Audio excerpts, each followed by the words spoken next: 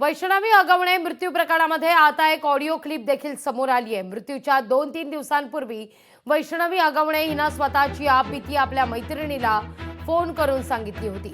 स्वतःवर होत असलेले चारित्र्याचे आरोप, मारहाण आणि हुंड्यासाठी होणारा छळ हे सगळं वैष्णवी अगवणे हिनं आपल्या मैत्रिणीकडे बोलून दाखवलं होतं। ऐकूया।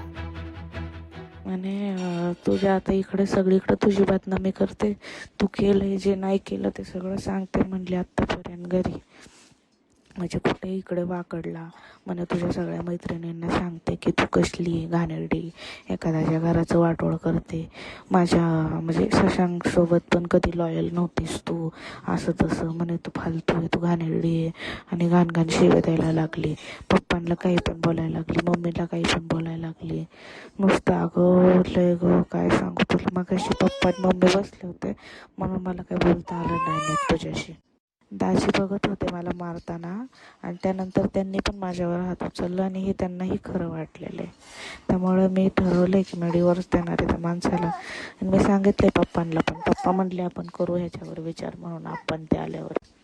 माझा नवरा, मला एवढं शॉक वाटतंय, एवढं आश्चर्य वाटतंय की माझा नवराच माझा कधी नाही झाला, या गोष्टीचं जास्त वाईट वाटतंय। सासू सासरे काय ते तसेच वागतात, असं पण त्यांचं कामच असतं असलं वागणं, पण ज्याच्यामुळे मी त्या घरात गेले ना, लय चुकलं आहे माझं, मी सगळ्यांना विरोध करून लग्न केलं ना, तिथं चूक झाली माझी, सगळं बोलण्याच्या समजण्याच्या पलीकडं गेले अगं, तुला ही छोटी गोष्ट वाटते का गं?